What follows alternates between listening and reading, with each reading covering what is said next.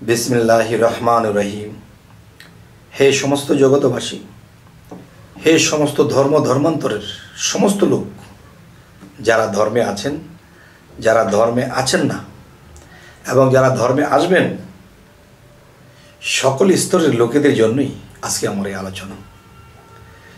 দেখুন, একটা বিষয়, আপনি যদি একটা চাকরি করেন তাহলে প্রতিদিন আপনার একটা ড্রেস আছে। যদি সেই অফিসের কোনো পোশাক থাকে তাহলে এক পোশাকই যাচ্ছেন। আচ্ছা, যদি আর্মিতে চাকরি করেন তাহলে আর্মির পোশাক সবসময়, পুলিশে চাকরি করেন পুলিশের সবসময় ভূমিকা। দেখেন, আজকের আলোচনাটি হবে কি, যে আল্লাহ নিরাকার, আল্লাহ দেখা যায় না, এই যে কথাগুলো ঠিক নয়। যেমন মনে করেন আল্লাহর রূপের কোনো শেষ নেই, আল্লাহর রূপের কোনো অন্ত নেই। আপনার আর আমার আছে, শেষ আছে। যেমন আপনি ছেলে হন বা মেয়ে হন, আপনি যখন পুলিশে চাকরি করেন তো পুলিশের ডিউটি করতে করতে করতে করতে সারা দিন কাটিয়েছেন, সন্ধ্যায় বা বিকালে বাসায় এসে হতাশ করে পড়েছেন, আর শরীর কুলাচ্ছে না।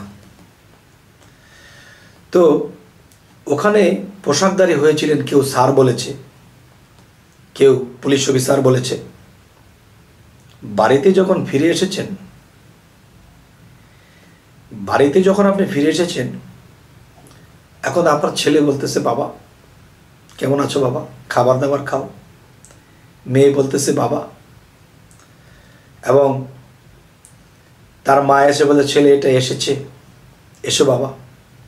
এক একজনে এক এক ভূমিকা ডাকতেছে। আচ্ছা, তা আজকের মূলত কথাটা হলো কি, হিন্দু, বৌদ্ধ, খ্রিস্টান, মুসলমান, ইহুদি, নাসারা, সমস্ত ধর্ম, এক এক ধর্মের মধ্যে আল্লাহ এক এক রূপে এক একভাবে আছে। যেমন হিন্দু ধর্মের আরেকটা নাম হলো সনাতন ধর্ম। সনাতন শব্দের অর্থ কি? পুরাতন সত্য। হিন্দু ধর্মের নাম হলো পুরাতন সত্য। তাহলে পুরাতন সত্য যদি হয়ে থাকে তাহলে পুরাতন তো আছেই, সাথে সত্য আছে, তার মানে ধর্মটা সত্য, এটাই বোঝানো হচ্ছে। তাহলে এখন যে কথাটি বলবো, মুসলমান ধর্মে আল্লাহ আছে কোন রূপে? হিন্দু ধর্মে আল্লাহ ঈশ্বর নামে পরিচিত কোন রূপে? খ্রিস্টান ধর্মে আল্লাহ গড কোন রূপে? তাহলে গড, ঈশ্বর, ভগবান, আল্লাহ যাই কিছু বলি, তাহলে এক এক জায়গায় এক একটা নাম ধরেছে, এক একটা জায়গায় এক একটা রূপ ধরেছে। এই নাম এবং রূপে তিনি এই বিশ্ব জগৎ পরিচালনা করতেছেন। আমি একটা কথা বলে থাকি, যে মানুষ যখন মুসলমান হয় তখন কালিমা পাঠ না করলে কিন্তু মুসলমান হতে পারবে না। যে এক এক দেশে, এক এক ডিস্ট্রিক্টে, এক এক কান্ট্রিতে এক এক রকম ভাষা, এবং এক এক কান্ট্রিতে যে এক এক নিয়ম কানুন, আলাদা আলাদা ধর্ম। যে কথাটি বলতে চাচ্ছি আজকে, যে লা ইলাহা ইল্লাল্লাহু মুহাম্মাদুর রাসূলুল্লাহ, তার মানে নাই কোনো মাবুদ আল্লাহ ছাড়া, হযরত মুহাম্মদ সাল্লাল্লাহু আলাইহি ওয়াসাল্লাম আল্লাহর প্রেরিত বান্দা ও রাসূল। তাহলে এই কালেমাটা যখন মানুষ পাঠ করে তখন মানুষটি মুসলমান হয়, ইসলাম ধর্মে দাবিত হয়। এই কথাটুকু কেউ যদি স্বীকার করে, বিশ্বাস করে। এবার আসি হিন্দু সম্প্রদায়, হিন্দু বা সনাতন ধর্মে গেলে এই কথাটি কি, লা ইলাহা ইল্লাল্লাহু মুহাম্মাদুর রাসূলুল্লাহ, এই কথাটিকে অন্য একটি ভাষায় বলতেছে। কি বলতেছে? এক ঈশ্বর, দ্বিতীয় নাস্তি, এক মেবাদি, দ্বিতীয়াং ওং বিষ্ণু নারায়ণাং। অর্থ কি? নাই কোনো মাবুদ আল্লাহ ছাড়া। হযরত মুহাম্মদ সাল্লাল্লাহু আলাইহি ওয়াসাল্লাম আল্লাহর প্রেরিত বান্দা ও রাসূল। এখানে কি বলা হচ্ছে? এক ঈশ্বর, দ্বিতীয় নাস্তি, এক মেবাদি, দ্বিতীয়াং ওং বিষ্ণু নারায়ণাং। অর্থাৎ এক ঈশ্বর ছাড়া দ্বিতীয় কোনো ঈশ্বর নাই। সেখানে কি বলেছে? আল্লাহ ব্যতীত কোনো মাবুদ নাই। এক ঈশ্বর ছাড়া দ্বিতীয় কোনো ঈশ্বর নাই। আবার কি বলছে? ঈশ্বরের স্বরূপ ঈশ্বর ভগবান শ্রীকৃষ্ণ। আর এখানে কি বলা হচ্ছে? নাই কোনো মাবুদ আল্লাহ ছাড়া। হযরত মুহাম্মদ সাল্লাল্লাহু আলাইহি সাল্লাম আল্লাহর প্রেরিত বান্দা ও রাসূল। এই যে বান্দা ও রাসূল, মুহাম্মদ জন্ম নিয়েছে, আর রাসূল যে একটা পাওয়ার, এটা মুহাম্মদ সাল্লাল্লাহু আলাইহি সাল্লাম কামাই করে নিয়েছেন এই টাইটেলটুকু। আর টাইটেলটুকু যে কামাই করেছে সেটাই হলো রাসূল পাওয়ার, ওয়ালানিওয়াল পাওয়ার। তাহলে রাসূল যখন মুহাম্মদের সাথে মিশেছে, রাসূল পাওয়ারটা, তখন রাসূলের সাথে কিন্তু আল্লাহ মিশে আছে। তারা দুই মিলে একাকার, আর রাসূল মুহাম্মদের সাথে মিলে একাকার। তাই বলা হয়েছে মুহাম্মদ সাল্লাল্লাহু আলাইহি ওয়াসাল্লাম আল্লাহর প্রেরিত বান্দা। এই যে মুহাম্মদ বান্দা ও রাসূল, মানে রাসূলটা ওই পারে, রাসূলকে কিন্তু বান্দা বলা হয়নি। বান্দা ও রাসূল, তার মানে বান্দা নয় রাসূল, রাসূল বন্ধু। আর বন্ধু যখন রাসূলের সাথে একাকার হয়েছে, আর রাসূল যখন মুহাম্মদের সাথে একাকার হয়েছে, আল্লাহ, নবী, আদম, এই তিনজনে মিলে একদম, আল্লাহ, আদম, নবী, এই তিনজনে মিলে হয়েছে একটি ছবি। আচ্ছা, আজকের যে মূলতি কথা সেটি হলো, দেখেন পৃথিবীতে কতগুলো ধর্ম আছে। সমস্ত ধর্মের নাম কিন্তু আমার জানা নেই। হিন্দু, বৌদ্ধ, খ্রিস্টান, মুসলমান, ইহুদি, নাসারা, আর অনেক ধর্ম ইত্যাদি ইত্যাদি। তাহলে হযরত মুসা আলাইহিস সালাম যখন ছিলেন, তখন আল্লাহ মুসা আলাইহিস সালামের কাছে কোন রূপে ছিলেন? ঈসা আলাইহিস সালাম যখন ছিলেন, তখন ঈসা আলাইহিস সালামের কাছে আল্লাহ কোন রূপে ছিলেন? যখন দাউদ আলাইহিস সালাম ছিল, তখন আল্লাহ সেই ধর্মে কোন রূপে ছিলেন? এবং এই যে হিন্দু ধর্মটা, সনাতন ধর্ম, এটা পুরাতন ধর্ম। আর আমাদের ইসলাম ধর্মের বয়স কত? আমাদের ইসলাম ধর্মের বয়স, যদি ইসলাম ধর্মটা আমাদের হযরত মুহাম্মদ সাল্লাল্লাহু আলাইহি সাল্লাম থেকে এসে থাকে, তাহলে 1450-1500 বছর ইসলাম ধর্মের বয়স। আর সনাতন ধর্ম পুরাতন, মানে ওই ধর্মটার বয়স কোটি কোটি বছর। যাই হোক, এখানে যাব না। অনেকে মানবে, অনেকে মানবে না। শ্রীকৃষ্ণ 5000 বছর আগে এসে গিয়েছিলেন। 1450 থেকে 1500 বছর আগে হযরত মুহাম্মদ সাল্লাল্লাহু আলাইহি সাল্লাম এসে গেছিলেন। তাহলে আজকের যে কথাটি, হযরত মুহাম্মদ সাল্লাল্লাহু আলাইহি সাল্লাম যখন এই ধরাধামে ছিলেন, নবুয়াত হিসেবে ছিলেন, তখন আল্লাহ তার কাছে কোন রূপে ছিলেন?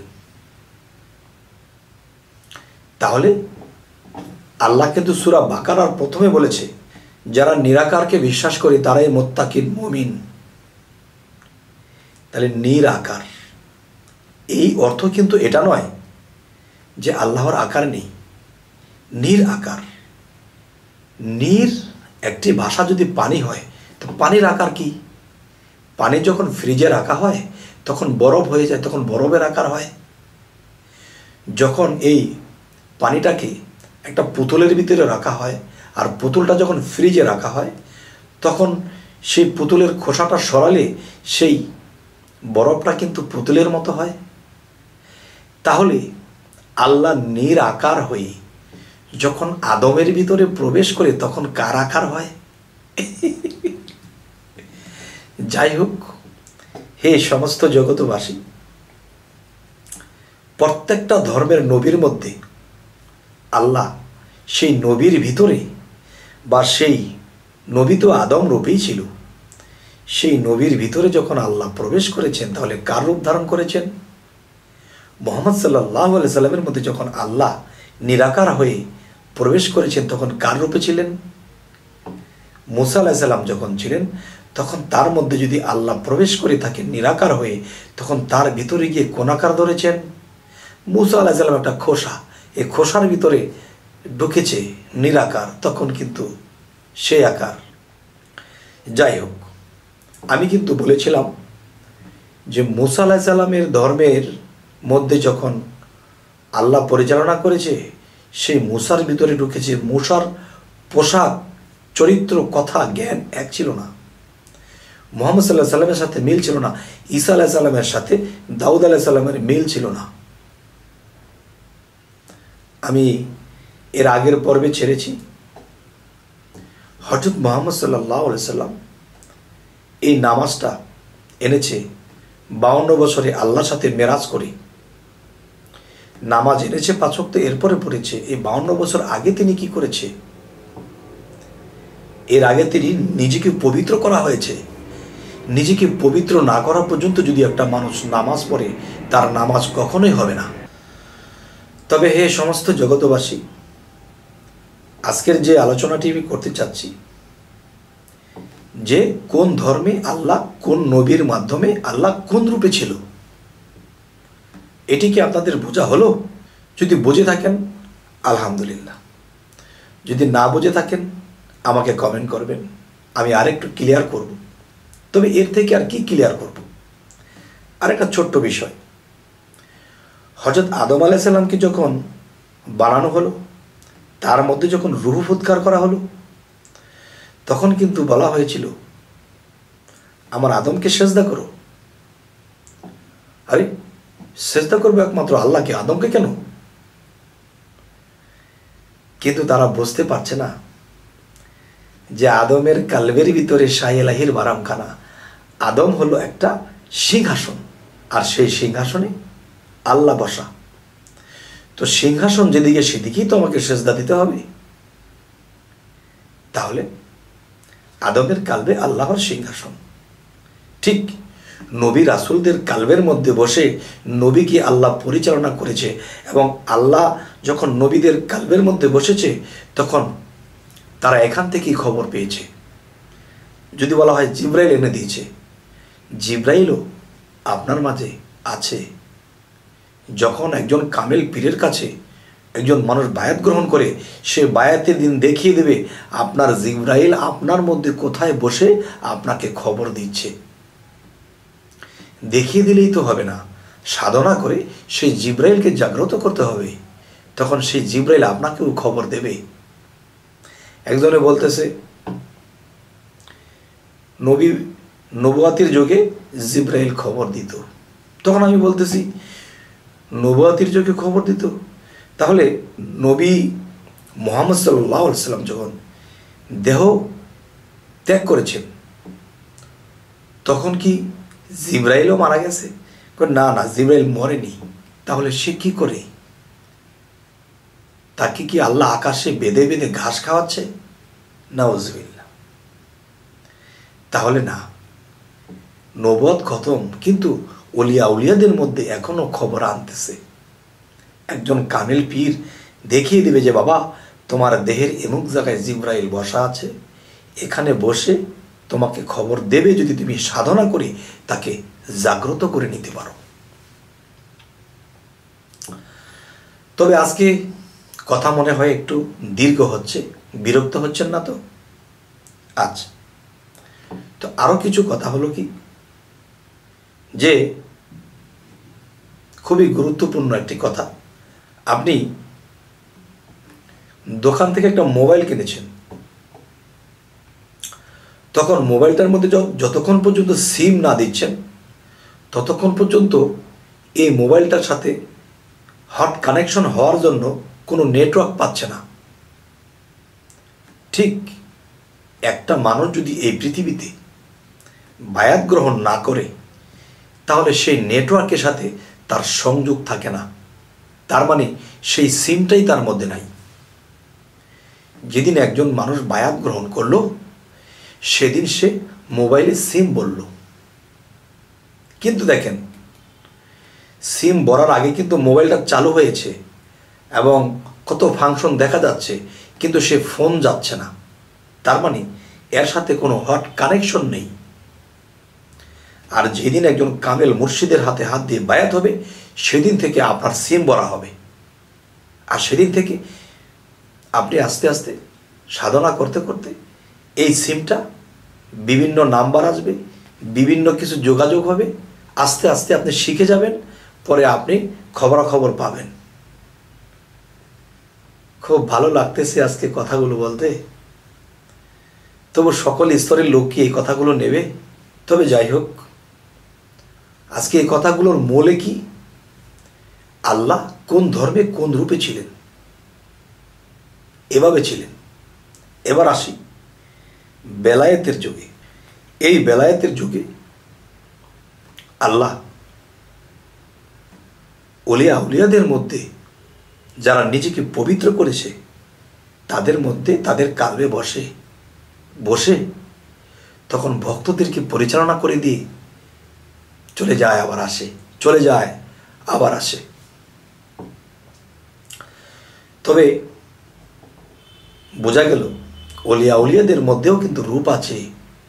নীরের মতো আসে, নীর যখন বরফ হয় তখন একটা আকার ধরে, ঠিক সেই বনি আদম ওলিয়া আউলিয়া হয়েছে, নিজেকে পবিত্র করেছে, সেখানে গিয়ে তার রূপে পরিচালনা করে যায়। যেমন বড় পীর সাহেব, তাকে দাওয়াত করেছিল ৬০ জন ভক্ত, ৬০ জনের দাওয়াত নিয়েছে। তাহলে বড় পীর ৬০ জন হয়ে ৬০ জন ভক্তের বাড়িতে গিয়ে ইফতারি করে এসেছে একই সময়ে। বলতে চাই মাটির দেহ তো একটা, তাহলে ভাত মাছ কিংবা ইফতার করতে গেলে পেঁয়াজি ফুলুরি কত কিছু খেয়েছে, তো মাটির। তাহলে মাটির দেহ তো একটা ছিল, তাহলে ওই ইফতার খেয়েছে কিভাবে জানেন? আমি একটু বলবো। তখন ভক্ত দেখতেছে আমার বড় পীর খাইতেছে, তিনি দেখতেছে আমার বড় পীর খাইতেছে, কিন্তু সে দেখতেছে বড় পীর খাইতেছে, কিন্তু ভক্তের মুখে যাইতেছে, ভক্তের পেটে খাবার যাচ্ছে। তখন গুরু চলে গেল। ভক্ত বলল, আমি তো খাইলাম না, কিন্তু আমার পেট ভরা কেন? ভক্তের মুখে খেয়ে সম্পিট দিয়েছে। তাহলে এক আল্লাহ এই বিশ্বব্যাপী সমগ্র রূপে রূপান্তর হতে পারে। ওলি আউলিয়া কামেল পীরের ভিতরে গিয়ে তখন সেই রূপে ভক্তদেরকে কাকে পরিচালনা করতে হবে, কাকে জ্ঞান দিতে হবে, কাকে পরপারে নিয়ে যেতে হবে, সমস্ত ফায়সালা করে তিনি চলে যান। দেখেন, আপনি যখন পুলিশের পোশাক পরে গেছেন একটা ভেষ, বাড়িতে যখন এসেছেন শার্ট লুঙ্গি পরেছেন একটা ভেষ, এই দুইটা ভেষ কিন্তু আপনি ধরতে পারেন, আর এতেই কিন্তু আপনি ক্লান্ত। আর আল্লাহ কত রূপে রূপান্তর, এক আল্লাহ কত মানুষকে কত চাহিদা পূরণ করছে। হে সমস্ত জগতবাসী, আজকের এই আলোচনাটি কি বোঝাতে চাইলাম অবশ্যই আমাকে কমেন্টে জানাবেন, এবং সামনে কি ধরনের আলোচনা চাইছেন তাও জানাবেন। তো আজকে আমাদের এই চ্যানেলটিকে যদি আপনাদের ভালো লাগে অবশ্যই সাবস্ক্রাইব করে নেবেন। পরবর্তীতে আবার সাক্ষাৎ হবে। সকলেই ভালো থাকবেন। আল্লাহ হাফিজ।